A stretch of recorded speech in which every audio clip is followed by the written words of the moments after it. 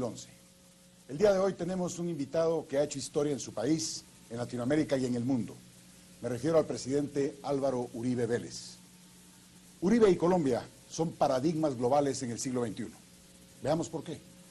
Al llegar al poder, Uribe encontró, de acuerdo a los auditores de guerra, a 60.000 insurgentes en armas. Al dejar la presidencia no había más de 8.000. De 4.000 secuestros anuales en 2002, cuando tomó el poder, la tasa del 2010 es de menos de 200.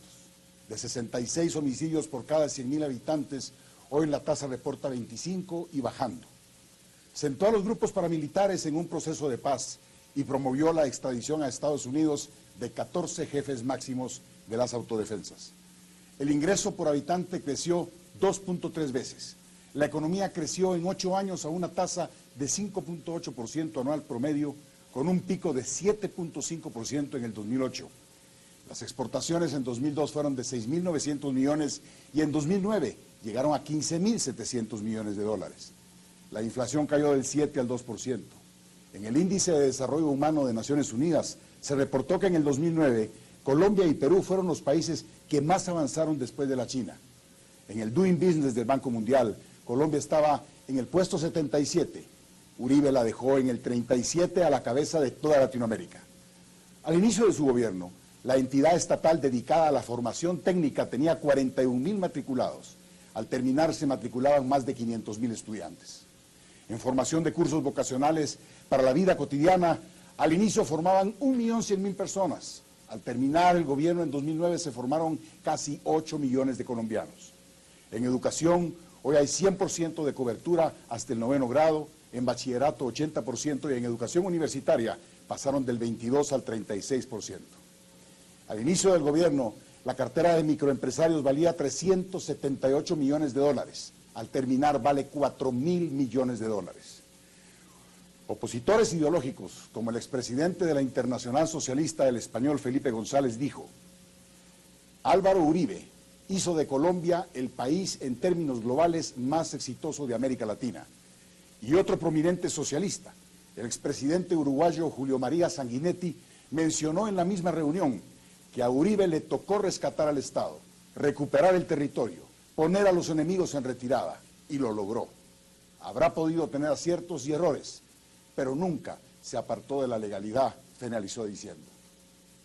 Largo y profundo ha sido el debate sobre el accionar de los grandes políticos en tierra colombiana.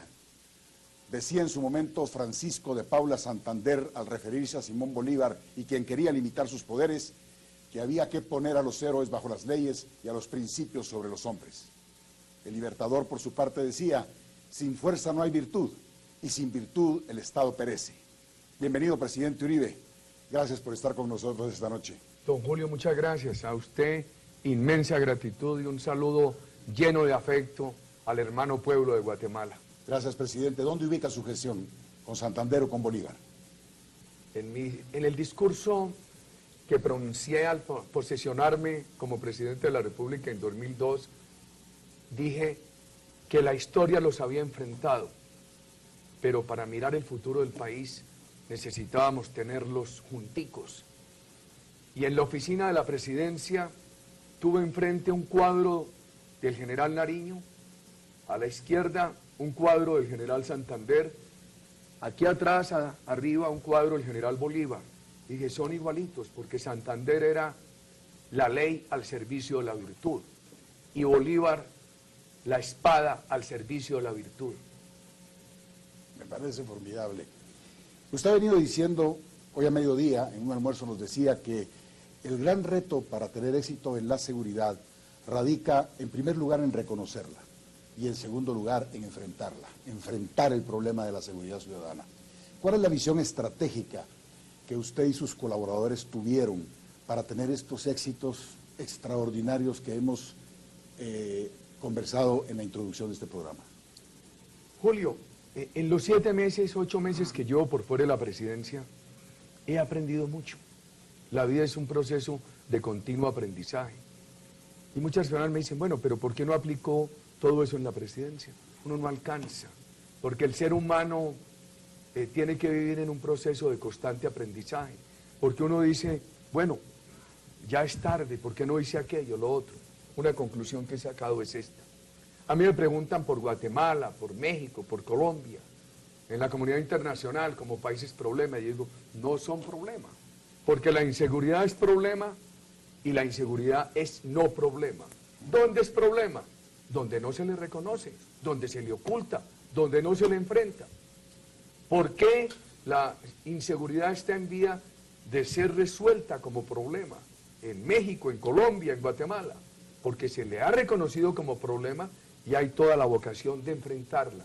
Ese es un punto psicológico fundamental de la estrategia. Reconocer el problema y resolverse a enfrentarlo. Es una visión completa, aunque en toda la parte táctica de ese reconocimiento hay mucho andamiaje y mucha carpintería por hacer. Me llama la atención el tema del apoyo internacional para resolver el problema de la seguridad. Por ejemplo, ¿cuáles son los factores ajenos a su gestión en Colombia que lo ayudaron a resolver el problema? Primero, uno tiene que enfrentar el problema sin pedir permiso internacional. A nosotros nos ayudaron y también nos obstaculizaron. De pronto en América del Sur algunos nos obstaculizaron, porque en lugar de ayudarnos a enfrentar el problema, lo que hicieron fue albergar terroristas colombianos. Ahora, en muchos organismos internacionales nos ayudaron. Yo reconozco la ayuda de Naciones Unidas, reconozco la ayuda de los Estados Unidos, pero mire, la ayuda internacional para nada sirve si al interior del país no hay una gran voluntad de enfrentar el terrorismo. Cuando yo llegué allá existía el Plan Colombia, una ayuda de los Estados Unidos. Y los ciudadanos dicen, bueno, ¿y por qué no servía el Plan Colombia?